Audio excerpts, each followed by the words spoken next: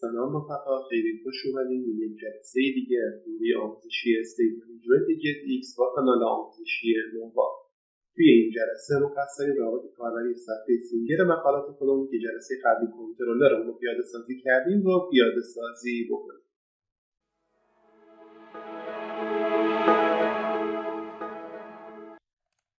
من اینجا وارد پروژه میشم، میام توی ویوها و یه دونه دارت فایل جدید درست میکنم، اسمش رو میذارم سینگل پست. میتونیم بذاریم سینگل آرتیکل، فرقی نمیکنه. ویو و اینجا کلمه STL رو می‌نویسم تا یه دونه استیت کلاس رو هم درست کنه. سپس کنترل اسپیس رو میزنم تا برام یه دونه اسم بر اساس نام فایل من پیشنهاد بده. اینجا هم که متریال رو ایمپورت میکنم. این روی استودیوی من خود موتورش گرم شده. میام اینجا اول از همه میخوام از گت بیلدر استفاده کنم و کنترلر خودم رو اینیشیالایز بکنم. اینجا میام گت بیلدر،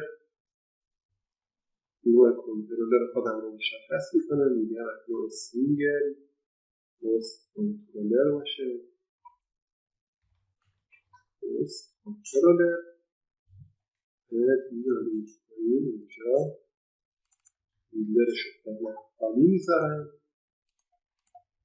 و اینجا میگم توی نیت برای من سینگل پست کنترلر رو درست بکنم. خب این یه آیدی هم از من میخواد که آیدی رو میتونم از ورودی کلاس خودم دریافت بکنم. اینجا من اینجا آیدی و خب آیدی رو بهش پاس میدم. اینجا هم توی ورودی دریافتش میکنم. حالا میام اینجا میگم واسه من یه دونه اسکفولد برگردونه. اسکفولد اینجا میام توی آیدیش میگم یک کالوم برگردونه برام. اینجا سمیکالن و به این کالوم خودم یه دونه پدینگ میذارمش توی بیستا و این هم هست. خب تا اینجا کنترل اس رو میزنم که نویگیت به این صفحه رو انجام بدیم، بعد میریم سراغ بقیه بخشا. من این از این سر به کنترلر خودمون بزنم. خب اینجا یه دونه پست مدل داریم یه کاری میکنم. میگن که اگر از کنترلر دات پست مدلش دات پستش مساوی با نال بود،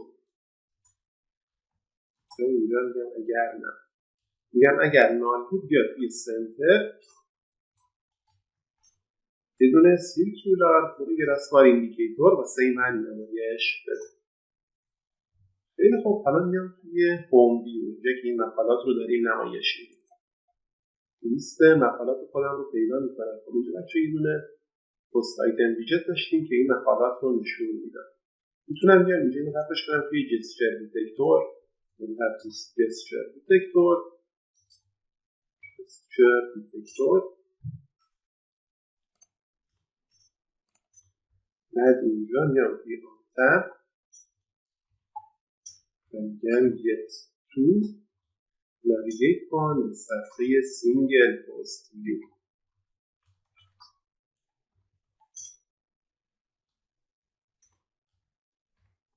خب اینم از این یه دونه آیدی از من میخواد که اینجا من از کنترلر پست لیست رو میگیرم. اینجا کنترل دی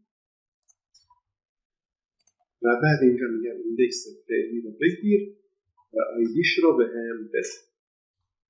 آیدی رو هم مطمئنم که نال نیست.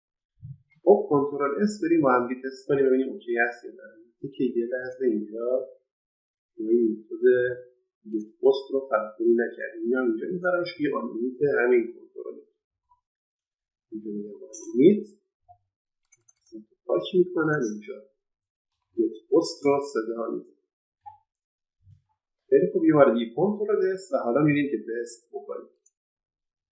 خب اینجا لودینگ نمایش داده شد و مقاله منم دریافت شد. فقط باید بقیه بخش‌ها رو پیاده سازی بکنم.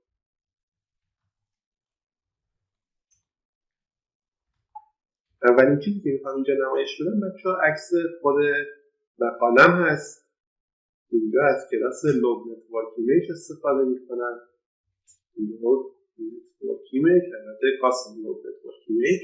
یه دونه ایمیج URL میخواد که میگم post dot image URL، البته کنترلر dot post که مطمئنم دیگه نیست، و image URL یا image. خب اینم دیگه میگم مطمئنم که نال نیست. کنترل S و عکس من اینجا نمایش داده میشه، فقط باید یه خورده عرض و ارتفاعش رو بیشتر بکنیم. اینجا کنترل اسپیس میزنم، بهش عرضش رو میزنم روی دایره اینفینیتی، که پیشرفت روی دایره اینفینیتی هم بود خودش. و یه ارتفاع هم براش ست میکنم، میزنمش روی مثلا 100. خب خیلی کم میزنمش روی 250. الان یه خورده بهتره، فقط رفته زیر این قسمت استاتوس بار. برای اینکه این اتفاق نیفته میام کانال خودم رو رفت میکنم توی ویژت سیو ایریا. خب الان اوکی شد. من یه خورده باید بیشترش بکنم، میذارمش روی 400. زیاد شد. 300 رو بهش میدیم دیگه شد. خب الان اوکی. الان میام اینجا و یه دونه تکست میخوام بذارم. به اینجا میام از کنترلر دات پست تایتلش رو واسه من نمایش بده. این که نال نیست، اینو میگم مطمئنم که نال نیست. بعد یه استایل بهش میدم، میگم از کلاس گوگل فونت وزیر رو برام بیار و اینجا فونت سایزش رو میذارم روی 16 و فونت ریسش رو هم میذارم روی بود.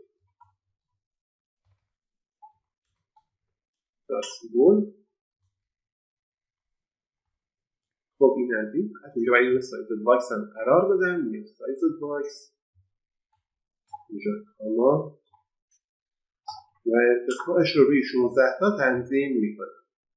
خب اینم از این الان اوکیه. بعد میام پایین، اینجا میگم میخوام یه دونه رو داشته باشم، یک رو اینجا چی داره. از کلاس کاستوم لود نتورک ایمیج استفاده میکنم. میگم توی پست من کنترلر دات پست و اینجا دات آوتور و دات ایمیجش رو بهش میدن یا دات آواتار. آواتار هست اینجا نامچک ها رو هم میذارم و اینم از این. حالا یک کنترل اس که بزنم اینجا باید عکس یوزر من رو نمایش بده که من رو بورت بکنم. بله اینجا به خاطر دابل اینفینیتی هست، من مقدار دیفالت ارز این داده. اینو میارم پایین، اینجا یه دور کاما میذارم، ارزش رو میذارم روی 80، ارتفاعش رو هم روی 80 تنظیم میکنم. خب الان عکس یوزر من اینجا داره نمایش داده میشه. فقط باید یکم ردیوسش رو بیشتر کنم تا گرد بشه. مثلا میذارمش روی 1000، کنترل اس، اینم اوکی شد. بعد میام اینجا میگم میخوام نامش رو هم نمایش بدم. از این ویژت تکستی رو کپی میگیرم، میام این پایین، اینجا میگم آثار و دات فول نیمش رو واسه من نمایش بده. و البته که نمیخوام بولدن باشه دیگه، اینجا از روی بولد برش میدارم و به جاش رنگش رو روی خاکستری تنظیم میکنم. اینجا میگم کلاس اد کالرز و دات گری کالر رو بهش میدم. خب این از این 16 هم زیاد روی 12 ها میزنم. اینم از این و دیگه این آقا هم چون چیزی دیگه که نداشتیم. اینم آقایی فوله این تا این. خب این تا اینجا کنترل اس، کنترل اس نمیخواست. یه میدونه سایز باکس هم بین این دوتا میذارم و 8 تا بینشون فاصله قرار میدم. اینجا اینا میتونیم بیاریم خورده بالاتر یا نخواه دیگر. اینا میتونم خورده کوچیکترش کنم، بذارم از 45 در 45. الان بهتر شد و از این سایز باکس یه دونه کپی میگیرم و بین این دوتا قرارش میدم. یک کنترل اس و الان اوکی. خب اینجا یه دونه کاما میذارن، میتونیم چون یه کار دیگه میشه بکنیم. اینجا لایک رو اینجا نمایش میدیم. میان چی کار میکنن؟ این یک روی هست که نام و آواتار و نام کاربر رو داخل خودش داره، میذارمش توی یه دونه رو دیگه و میگن اینجا میخوام یه دونه آیکون ماتن نمایش بدن. کانترستش رو میگن از کنترلر لایک اور دیسلایک رو صدا بزن و توی آیکونش میان اینجا اینا رو میارن پایین. از کلاس آیکون استفاده میکنن، میان میگن که اگر کنترلر دات پست و ایز لایکت بود، اینجا یه دونه شکم برای این باید بذارن. یا از توی آیکون ها رو سرچ میکنن، میخوام یه دونه قلب پر اینجا نمایش بدن. اینجا قلب پر توی کلاس آیکونز نداریم. پس میام از کوپرتینو آیکونز استفاده میکنم.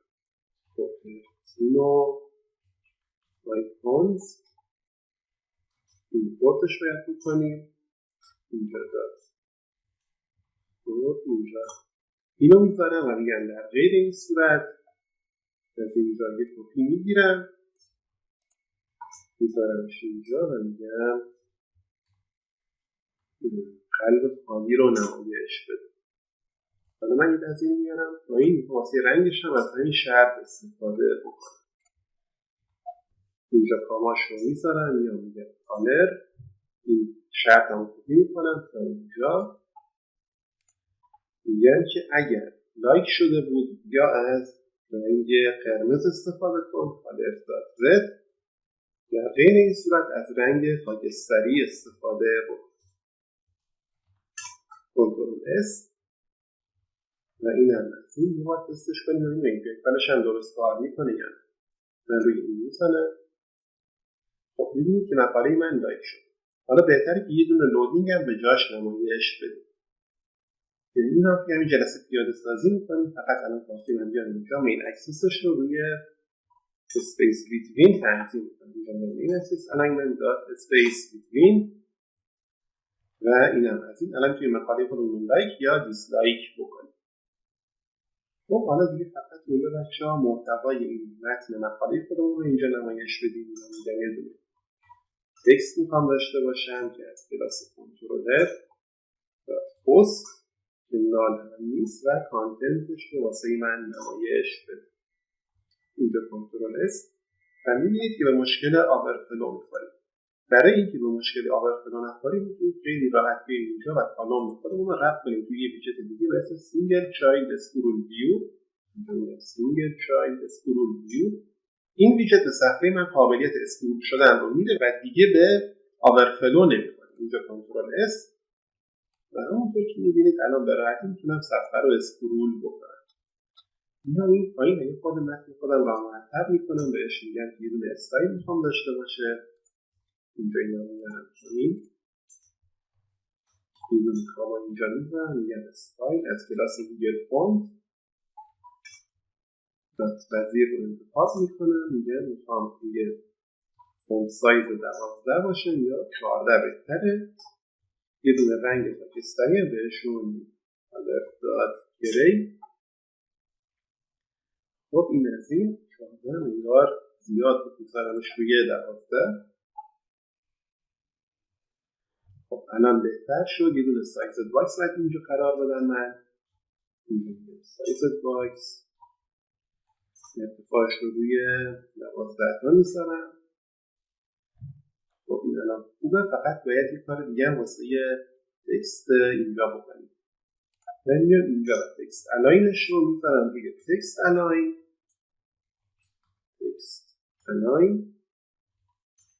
dot justify و الان میبینید دیگه متن به صورت مرتب زیر هم دیگه قرار میگیرن. و یک نکته دیگه و شما اینجا بخش نظرات رو هم دارید. حالا نظرات رو چطوری میتونیم پیاده کنیم؟ من میام این بالا توی اسکیپفولد اینجا میگم میخوام یه دونه فلوتینگ اکشن باتن نمایش بدم. فلوتینگ اکشن باتن از ویژت فلوتینگ اکشن باتن خود فلاتر استفاده میکنم. آنترسش فعلا خالی و اینجا به عنوان چایلدشم بهش یه دونه آیکون میدم. میگم اکتوبس آیکونز دارد کامنت ببینم چیزی برام داره و اینجا داره. شاید کنم سرچ کنیم شاید چیزایی بهتری بیاد. این چیزی که من میخوام انگار توی آیکونان نیست. جدا این کوپرتینو رو هم چک کنیم. اینجا کوپرتینو آیکون داد شد و این دیجت رو میخواستم این آیکون رو میخواستم برست. اینو میزنم کنترل اس. خب اینجا اومد اما رنگ بک‌گراندش سفید. اینو میارم پایین. اینجا رو میارم پایین و یه دونه بک‌گراند کالر بهش میدم از کلاس اپ کالر و پرایمری کالر رو بهش میدم و به این آیکونه میخوام رنگ سفید رو بدم. اینجا میگم کالر دات وایت. خب الان اوکی شد. فقط بچه این نکته دیدید اینجا صفحه من اسکرول نمیخوره و این فلوتینگ اکشن باتن من افتاده روی متن. میتونم بیارم پایین اینجا و یه دونه سایت باکس اینجا قرار بدم تا این مشکل هم حل بشه. اینجا مثلا میذارمش روی 24 اس. خب کمه این دار 64 میدم بهش و الان دیگه کاملا مناسبه. بعد فلوتینگ اکشن باتن من روی متن ها هم قرار نمیگیره. مورد بعدی که داشتیم اینه که زمانی که ما روی این بتون کلیک میکنیم یه دونه لودینگ نمایش بدیم. اینجا من میتونم بیام توی کلاس کنترلر و یه دونه بولیان جدید رو تعریف میکنم. اینجا میگم بول مثلا لایک سز به صورت دیفالت مساوی با فالس قرارش میدم. میدم لایک به اشتباه نوشتیم و بعد میام اینجایی که داریم لایک رو انجام میدیم اینجا تروش میکنم. میگم لایک پروسس مساوی با ترو. آپدیت رو هم صدا میزنم. بعد میام اینجا میکنم و اینجایی که پاسخ برمیگرده یا ریسپانسمون رو دریافت میکنیم دوباره فالسش میکنم. اینجا کنترل اس رو میزنم میام توی سینگل پست و قسمت لایک و دیسلایک میشه این دکمه. اینجا میتونم یک کاری بکنم. اینجا اول از همه میگم که اگر کنترلر داد لایک پروسس بود دیگه این قسمت کانفرنسش واسه من کار نکنه. میگم میدونه کال بک فانکشن خالی رو اجرا کنه و در غیر این صورت همون تابع لایک یا دیسلایک که من رو اجرا کنه. بعد میام اینجا میگم که اگر دوباره اون شرط بالا دیسلایک پروسس بود یه دونه سیرکیولار پروگرس و ایندیکیتور نمایش میده که از ویژت اسپینکی که ما خودمون اضافهش کردیم شما میتونید استفاده بکنید و لودینگ های بالاتری رو نمایش بدید. و در صورتی که این پروسس نبود که همون آیکون من رو نمایش بدید. کنترل اس. حالا این امتحانش میکنیم میره به حالت لودینگ و مقاله من لایک شد. یعنی که بزنم از حالت لایک خارج میشه. حالا اینجا یه دونه بکن که بزنم بیام توی یه دونه مقاله دیگه ببینیم که مقاله به صورت کامل دریافت میشه. اینجا میام در این یکی و بعد الان به صورت کامل واسه ما داره کار میکنه. توی قسمت بعدی میبینیم و این بخش کامنت ها رو پیاده سازی میکنیم. اینجا اینا رو پستش کنیم. امیدوارم که از این جلسه لذت برده باشیم بچه‌ها. دیگه داریم به قسمت های پایانی میرسیم. فقط مونده که این کامنت ها رو بزنیم و این ادپست رو اضافه کنیم و یه دونه پیجینیشن هم به این صفحه اضافه کنیم و دوره دیگه تموم میشه. تا یک جلسه دیگه خدایا رو نگهدارتون باشه.